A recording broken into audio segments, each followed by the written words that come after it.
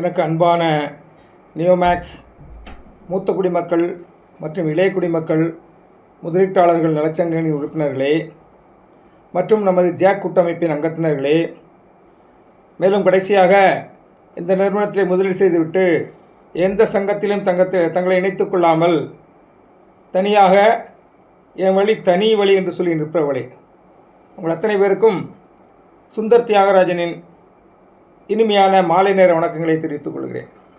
நண்பர்களே, இப்பொழுது நமது 17 குழுக்களிலும் MSTC வெளியிட்டுள்ள தமிழ் ஆடியோ பதிவு ஒன்று நாங்கள் வெளியிட்டுள்ளோம்.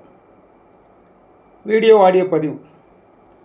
அது எதற்காக என்று சொன்னால், நியோமேக்ஸ் நிறுவனத்தின் சொத்துக்களை எப்படி ஏலம் எடுப்பது, அதற்கு முன்பாக எப்படி ரிஜிஸ்ட்ரேஷன் செய்வது, அதுக்கு என்னென்ன தேவை, எல்லா விவரங்களையும் எளிய நடையில் தமிழில் அருமையாக ப்ராக்டிக்கலாக அழகாக புரியும்படியாக இப்போ பதிவிட்டுருக்காங்க. MSTC வாயிலாக நீதியரசரின் வேண்டுகோளுக்கு இணங்க அவருடைய ஆலோசனையின் பேரில் ஒரு வீடியோ வெளியிட்டிருக்காங்க. அந்த வீடியோ நம்ம குழுக்கள் எல்லாத்தையும் நம்ம இப்போ பதிவிட்டுருக்குறோம்.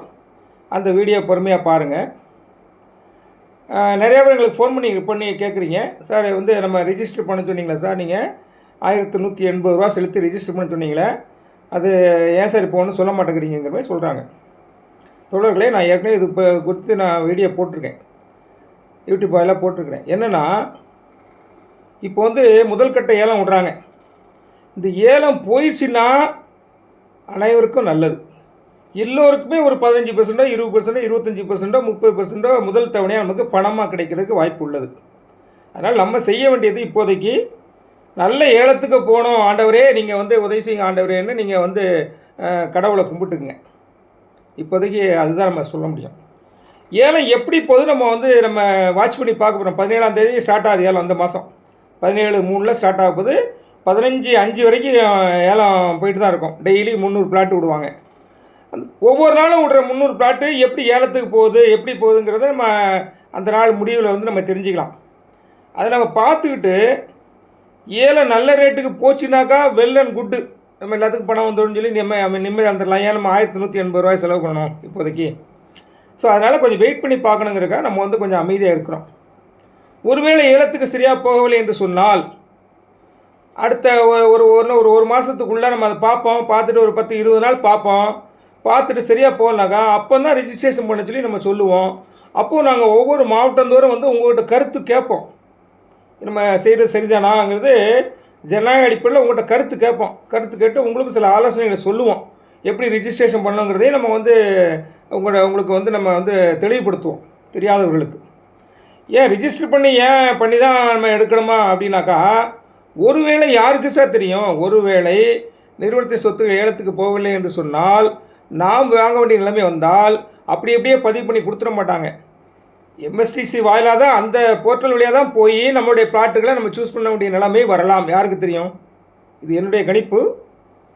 அது நிச்சயமாக 90% சரியாக தான் இருக்கும்னு நினைக்கிறேன். நம்ம எதுவுமே ஒரு அனுமானத்தில் சொன்னால் கூட நம்ம ஓரளவுக்கு கரெக்டாக கணிக்கக்கூடிய ஆளுங்க. ஸோ நம்ம பணம் தான் வேணுங்கிற அளவுக்கு நம்ம எதிரியும் கிடையாது. ஒருவேளை பணம் கிடைக்காவிட்டால் நிலமாக வாங்கிக் கொள்வதில் நம்ம தயக்கமும் காட்டக்கூடாது. அதுக்கு நான் விளக்கம் சொல்லிட்டேன். இந்திய ரூபாயின் மதிப்பு குறைஞ்சிக்கிட்டே வருது. நம்ம அப்படி பாண்டாக லாக்கரில் எப்படி வச்சுருந்தோன்னா, இன்னும் ஒரு 10 வருஷம் கழிச்சு இந்த பாண்டோடைய மதிப்பு எவ்வளோ இருக்கும்? 10 லட்சமாக இருக்காது. 10 லட்சம் பாண்டை உள்ளே வச்சோன்னா 9 லட்சமாக குறையிறதுக்கு வாய்ப்பு இருக்குது. ஏன்னா வேர்ல்டு வார்லாம் நடந்துகிட்டு இருக்கு, வரப்போகுதுன்னு சொல்கிறாங்க. இப்போ ஈரான், இஸ்ரேல், அமெரிக்கா வார் நடந்துகிட்டு இருக்குது. அது வேர்ல்டு வாரை கன்வெர்ட் ஆகலாம். ஸோ ஆகும்பொழுது மதிப்பு ரூபாய் மதிப்பு ரொம்ப கம்மியாக போயிடும். ஸோ அந்த சமயத்தில் நம்ம நிலத்தின் மதிப்பு கண்டிப்பாக உயர்ந்துட்டு தான் போகும். நிலத்தின் மதிப்பு ஏன் உயருதுங்கிறதுக்கு எல்லாத்துக்கும் ஒரு தெரிஞ்ச ஒரு சூத்திரம் தான், வேறு ஒன்றும் கிடையாது. இந்தியாவின் நிலப்பரப்பு என்பது மாறாதது. அது அப்படி தான் இருக்கும். எவ்வளோ சதுர மைலோ அந்த சதுர மைல் தான் அப்படியே தான் இருக்கும். நிலப்பரப்பில் ஒன்றும் மாற்றம் வராது. ஆனால் மக்கள் தொகை பெருகிக்கொண்டே போகிறது ஒன்று. அந்த காலத்தில் கூட்டு கொடுத்தனமாக இருந்தாங்க. இப்போ அப்படி கிடையாது. எல்லாம் உடச்சிட்டு போயிடுறான். கல்யாணம் பண்ண உடனே உடச்சி தனி கொடுத்தன போயிடறான். இப்படி தனி கொடுத்தனமாக போகிறதுனால கண்டிப்பாக எல்லோரும் என்ன பண்ணுறான், எலி விலையானாலும் தனி விலை வேணும்னு சொல்லிட்டு அந்த பழமொழிக்கு ஏற்ப அவங்க இடம் தேடி வீடு கட்ட ஆரம்பிக்கிறாங்க. ஸோ அதனால் இடப்பற்றாக்குறை என்பது இப்பொழுது வந்து கொண்டே இருக்கிறது. அதன் காரணமாகத்தான் தங்கத்தில் போட்டோனும் நிலத்தில் போட்டோனும் பொய்ப்பித்து போகாது அப்படின்னு சொல்லுவாங்க. தங்கத்துலேயோ நிலத்துலையோ பணத்தை போட்டோன்னா பொய்ப்பித்து போக சொல்லுவாங்க. தங்கம் கூட ஏறி இறங்கிட்டு இருக்கு, ஆனால் நிலத்தில் போட்டால் ஒன்லி ஏறு முகம்தான் இருக்கும். ஸோ அதுக்காக நம்ம வந்து நிலம் கிடைச்சா வாங்கிக்கணும், கிடைக்கிறத வாங்கிக்கணும்னு சொல்கிறது காரணம் தான். நமக்கு வந்து யாருக்கும் எதிரி கிடையாது, நம்ம யாருக்கும் முட்டும் கொடுக்கல, நம்ம ஞானமாக செயல்படுறோம். பணம் கிடச்சி நல்ல ஏலத்துக்கு போய் பணம் கிடச்சா வெல் அண்ட் குட்டு, எனக்கும் பணம் கிடச்சா ரொம்ப சந்தோஷம், தேங்க் காட் சொல்லிட்டு நான் வாங்கிக்குவேன். அது எவ்வளோ கிடைச்சாலும் சரி முதல் தவணையில். அடுத்தடுத்து ஏலம் நல்லா போனால் நல்லது தான். ஒருவேளை ஏலம் போகவிட்டால் நாமும் வேண்டாம் சொல்லிடக்கூடாதுங்கிறக்காக தான் ரிஜிஸ்டர் பண்ண சொல்கிறோம். நம்ம அதை வந்து பின்னாடியே அறிவிப்போம். அப்புறம் நிறைய பேர் இன்னும் எங்களுக்கு வந்து சார் எனக்கு அன்கன்ஃபார்ம்டு வருது அப்படின்னு சொல்லி நிறைய கேள்வி கேட்குறீங்க. நான் இந்த வீடியோவோட அந்த பிரச்சனைக்கு நான் முற்றுப்புள்ளி வச்சிடலாம் நினைக்கிறேன். ஏன்னா பல முறை பேசி எங்களுக்கும் அழுத்து போச்சு. நீங்கள் இந்த வீடியோ சரியாக பார்க்குறதில்ல, குழுவில் சரியாக பார்க்குறதில்ல, இப்போ என்ன பதிவு போட்டாலும் சரியாக பார்க்குறதில்ல, அதனால தான் திருப்பி கேள்வி கேட்குறீங்க. பாதி பேருக்கு மேலே குரூப்பில் பார்க்குறது இல்லைங்க. அது எங்களுக்கு வருத்தமாக தான் இருக்குது. திருப்பி நாங்கள் பேசுவோம் பார்த்தீங்களா. ஐயா திருப்பியும் சொல்கிறேன், கடைசி நேரத்தில் இந்த நிறுவனத்தில் முதலீடு செய்தவர்களுக்கு டெம்பரரி ரிசிப்ட் அடித்து கொடுத்துருக்காங்க. டெம்பரரி ரிசிப்ட் அது வந்து அன்கன்ஃபார்ம்டு தான் வச்சுருக்காங்க. ஏன்னு சொன்னால் இந்த நிறைய ஃப்ராடுக்கார பேலுக இந்த லீடர்ஸ் என்ன பண்ணியிருக்கான், முதலீட்டாளர்லேருந்து பணத்தை வாங்கி நிறுவனத்தில் கொடுக்காமலோ அல்லது அங்கே உள்ள ஆளு மூலமாகவோ, ஆஃபீஸில் வேலை செஞ்ச யாரோ பிளாக் ஷிப்பு கருப்பு ஆடு மூலமாகவோ டெம்பரரி ரிசிப்டை வாங்கி கீழே கொடுத்துருக்காங்க. இல்லை இவர்களே அச்சடித்து கொடுத்துருக்காங்கன்னு ஒரு சந்தேகம் நிறுவனத்துக்கு எழுதுறது நியாயம்தான். அதனால் உங்களுடைய பணம் மேலே போய் சேர்ந்துச்சா, யார் இந்த முகவர் இந்த வேலையை பண்ணாங்க, பணத்தை கொடுத்துட்டாங்களா இல்லையாங்கிறத அவங்க செக் பண்ணி தான் அதை பின்னாடி தான் வந்து அதை வந்து கன்ஃபார்ம்டாக அறிவிப்பாங்க. அதனால் அது ஒன்று பெண்டிங்கில் இருக்குது. நம்பர் 1 நல்லா புரிஞ்சுக்குங்க. அடுத்து ஏக்கர் ஜேவிக்கு ஒரு சிலருக்கு 1 ஏக்கர் பதிவு பண்ணி கொடுத்துருக்கானுங்க. பதிவு பண்ணி கொடுத்தது மாத்திரம் இல்லாமல் 60-40 அக்ரிமெண்ட்டும் போட்டிருக்காங்க. அது என்னென்ன ஏக்கர் ஜேவினா நிறைய பேருக்கு இப்போ ஒன்று புரிது இல்லாமல் இருக்காங்க. ஏக்கர் ஜேவினா என்னென்னா, உங்களுக்கு 10 லட்சமோ 15 லட்சமோ 20 லட்சமோ 30 லட்சமோ 30 லட்சம் வரைக்கும் வாங்கியிருக்காங்க. நான்லாம் 30 லட்சம் கொடுத்துருக்கேன் ஏக்கர் ஜேவிக்கு. 30 லட்சம் வரைக்கும் வாங்கிட்டு ஒரு ஏக்கரை பதிவு பண்ணி கொடுத்துட்டு பத்திரத்தை அவன் தான் வச்சுருக்கிறான், நிறுவனம் தான் வச்சுருக்கான், நமக்கு தரல. ஏன் தரல அப்படின்னாக்கா, அதனுடைய பர்பஸ் என்னென்னா, மந்த்லி இன்சென்டிவ் கொடுத்துருவாங்க. மந்த்லி 1% இன்சென்டிவ் கொடுத்துருவாங்க. அதை ஏன் பத்திரத்தை அவன் வச்சுருக்கான்னா, எம்ஓஇ ஆக்சுவலாக எம்ஓஇ எல்லாத்துக்கும் போட்டிருக்கோம், எல்லாத்துக்கும் எம்ஓஇ போடல இவனுங்க. அவ்வளோ உஷாராக நடந்துருந்தா தான் நிறுவனம் நல்லா உருப்பிட்டுருக்குமே. அவ்வளோ தூரம் உஷாராக இல்லை. இவங்க என்ன போயிட்டானுங்க, எம்ஓஇ அக்ரிமெண்ட் எல்லாத்துக்கும் போடாமல் ஆக்சுவலாக 60-40 அக்ரிமெண்ட். அது என்ன அர்த்தம்னா, பிற்காலத்தில் அதை வந்து மனைகளாக பிரிக்கும் பொழுது 60% நிறுவனத்துக்கும் 40% நமக்கும் வரணும். அதான் எம்ஓஇ போட்டிருக்கணும், போடலை இவனுங்க. அதான் வந்து ஏக்கர் ஜேவின்னு அதான். ஸோ நம்ம வந்து ஒரு ஏக்கரை வந்து நம்ம வந்து கொடுத்த பணத்துக்கு நம்ம வந்து செக்யூரிட்டியாக கொடுத்துறாங்க. அந்த நிலத்தை திருப்பி வாங்குவாங்க. எப்போ வாங்குவாங்கன்னா, மனைப்பிரிவுகளாக பிரிச்சுட்டு வாங்கும் பொழுது அவங்களுக்கு நம்ம 12 பிளாட் கொடுக்கணும். ஒரு ஏக்கரில் 20 பிளாட் உழுதுனாக்கா உதாரணத்துக்கு 12 பிளாட் அவங்களுக்கு, 8 பிளாட் நமக்கு. 60-40 அக்ரிமெண்ட்டுங்கிறது இதுதான். இது எம்ஓஇ நிறையாருக்கு போடல. நிறையாருக்கு ஏக்கரும் பதிவு பண்ணி வைக்கல. ஒரு சிலருக்கு பதிவு பண்ணி வச்சுருக்காங்க. இப்போ எனக்கெல்லாம் பதிவு பண்ணியிருக்காங்க, நான் உஷாராக பதிவு பண்ணி வாங்கிட்டேன். ஸோ ஆனபடியினால தான் யாருக்கு பதிவு பண்ணி கொடுத்துருக்கு, யார் பதிவு பண்ணி கொடுக்கலங்கிற விவரம்லாம் தெரியாதனால அவங்க அதை கன்ஃபார்ம்டு லிஸ்ட்டில் தான் வச்சுருக்காங்க, தொடர்களே வச்சுருக்காங்க. நல்லா புரிஞ்சுக்கிங்க. இது 2வது பாயிண்ட்.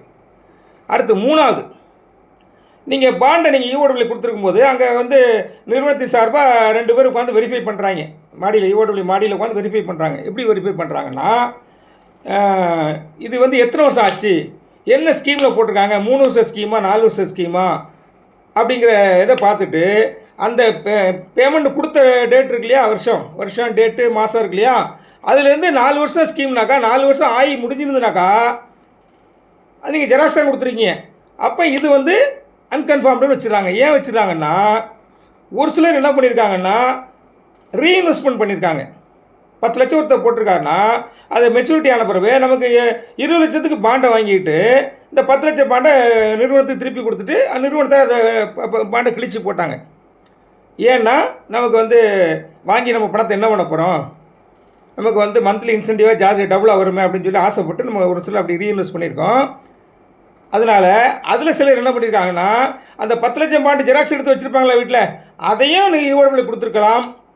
இந்த 20 லட்சத்துக்கு இப்போ புதுசாக கொடுத்துருக்காங்கல்ல, அந்த மெச்சூரிட்டி அமௌண்ட்டுக்கு ஈக்குவலாக இன்னொரு பாண்டு, ரீஇன்வெஸ்ட்மெண்ட் பாண்டு, அதையும் ஜெராக்ஸ் எடுத்து கொடுத்துருக்காங்க அப்படிங்கிற ஒரு டவுட்டில் அவங்க அதை வந்து பெண்டிங்கில் வச்சுருக்காங்க, அன்கன்ஃபார்ம் தான் வச்சுருக்காங்க. இல்லை இன்னொன்று நடந்திருக்கு. இந்த லீடர் ஃப்ராட்கார பயிலே சில ஊழல் பண்ணியிருக்காங்க. எப்படி பண்ணியிருக்காங்கன்னா, நிறுவனத்திலேருந்து மெச்சூரிட்டி பணம் வாங்கி தரேன்னு சொல்லி உங்களுக்கு வாங்கிட்டு போனால 2022 சிலர்கிட்ட வாங்கிட்டு போயிருக்கான்.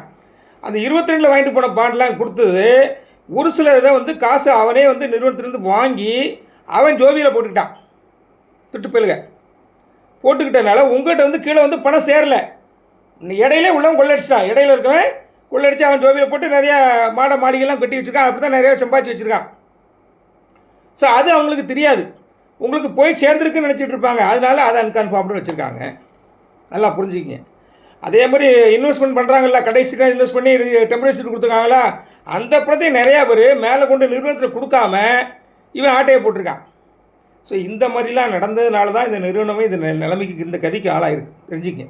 ஸோ அதனால் டெம்பரரி ரிசிப்ட்டு, பாண்டு, மெச்சூரிட்டியான பாண்டு, அப்புறம் ரீஇன்வெஸ்ட்மெண்ட் பண்ணது, அதே மாதிரி ஏக்கர் ஜேவி, இது எல்லாமே அன்கன்ஃபார்ம்டு தான் வச்சுருப்பாங்க. இது வந்து தவிர்க்க முடியாது. இதில் நம்ம வந்து குறையும் சொல்ல முடியாது நிறுவனத்தை. நம்ம நிறுவனத்து இடத்துல நம்ம இருந்தாலும் அப்படி தான் செஞ்சுருப்போம். ஸோ அதனால் தெளிவாக புரிஞ்சுக்கிங்க. நீங்கள் திருப்பி எங்களை தொந்தரவு பண்ணாதீங்க. இஓடபிள்யூக்கு போகாதீங்க தயவுசெய்து. இஓடபிள்யூவில் கடுமையாக வேலை செய்கிறாங்க. உண்மையிலே சென்னையில் ஒரு அம்மா அம்பத்தூரில் இருந்து ஃபோன் பண்ணாங்க. அவங்களுக்கு சமனே அனுப்பியிருக்காங்க. அவங்க வெறும் 2 ஏக்கர் ஜேவி தான் கொடுத்துருக்காங்க. அந்த 2 ஏக்கர் ஜேவி பதிவு பண்ணியாச்சு. பதிவு பண்ணதுக்கு அப்புறமும் கம்ப்ளைண்ட் கொடுத்துருக்காங்க.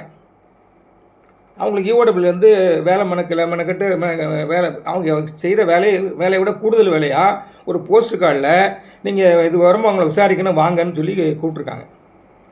அன்ஃபார்ச்சுனேட்லி அவங்க வந்து ஹஸ்பண்ட் வந்து பெட் ரிட்டன் ஆகி ஹாஸ்பிட்டலேருந்து டிஸ்சார்ஜே வந்து நின்றுருக்கிறாரு. அதனால் அவங்க திருப்பி ஃபோன் பண்ணி கேட்க அவங்க சொல்லியிருக்காங்க, ஏங்க ஏக்கர் தான் பதிவு பண்ணி கொடுத்துருக்காங்களா, திருப்பி எப்படி அதை இங்கே கம்ப்ளைண்ட்டில் சேர்த்துருக்கீங்கன்னு கேட்டிருக்காங்க. இந்த மாதிரி சொல்லியிருக்காங்க, இல்லை எனக்கு பத்திரம் தரல. ஸோ அந்த விவரம்லாம் இஓடபிள்யூக்கு அவ்வளோ முழு விவரம் தெரியாது. இப்போ நான் சொன்னேன் இல்லையா, 60-40 அக்ரிமெண்ட்டு ஏன் அவன் பத்திரத்தை வச்சுருக்காங்கலாம் சொல்கிறேன் இல்லையா, அதெல்லாம் அவங்களுக்கு தெரியாது. அந்த ஏக்கர் ஜேவியை எடுத்து தான் இன்னும் புகார் கொடுக்காதவங்களுக்குலாம் நம்ம கொடுக்குறோன்னு சொல்லிட்டு இருக்கிறாங்க. அது எப்படி நடக்குங்கிறது நமக்கு தெரியாது. ஒருவேளை இதுக்கே சொத்துக்களை பார்த்தோம்னா அதெல்லாம் கூட எடுத்து கொடுத்துடலாம் நம்ம. அதனால தான் புகார் கொடுக்காங்கள உறுதியிட்டு அது சொல்ல முடியல. ஸோ இதுதான் விஷயம். இதில் வந்து தெளிவாகிக்கிங்க. பாருங்கள், நாங்கள் அந்த கையை ஆட்டுறதுக்கே எனக்கு யோசனையாக இருக்குது. நான் ஆசிரியர் பணி செஞ்சவன். நான் எதையுமே கண்டித்து உணர்த்துறாள். நான் ஆசிரியர் பணி அறப்பணி. 2வது ஆசிரியர் வந்து இப்படி கையை கட்டிட்டு இப்படி ஸ்ட்ரிப்பாக நின்று இப்படி வரப்பாக நின்று பேச மாட்டார். கையை ஆட்டி தான் பேசுவாங்க. ஒவ்வொருத்தருக்கும் ஒரு மேனர்ஸ் இருக்கும். நான் இப்போ இந்த வீடியோவில் கையை காட்டி ஆட்டி பேசுகிறது ஒரு சில சீனா தானாக்களுக்கு பிடிக்க மாட்டாங்க. அவ்வளோ நம்மளை வெறுப்பாக பார்க்குறாங்க, திட்டுறாங்க. ஆனால் என்னால் ட்ரை பண்ணி பார்த்தேன். அப்படியே இன்றைக்கி கூட அப்படியே உட்காந்துட்டு பேசலான்னு பார்த்தேன். என்னால் முடியலை. அது வந்து மேனரிசம், அது வந்து மாற்ற முடியாது. அதான் தொடர்ந்து தெளிவாக்கிங்க. இப்போ நம்ம பதிவிட்ட வீடியோ நல்லா கேளுங்க, எம்எஸ்டிசி வீடியோ நல்லா கேளுங்க. எப்படி பதிவு பண்ணுங்களா உங்களுக்கு கிளியராக வந்து நீட்டாக சொல்கிறாங்க. அதை வந்து நீங்கள் ட்ரை பண்ணி பரிச்சை பண்ணி பார்த்துறாதீங்க. அப்புறம் பணம் கட்டக்கூடிய போர்ட்டல் வந்துடும், நீங்கள் வெளியே வந்துடலாம், ஒன்றும் பிரச்சனை இல்லை.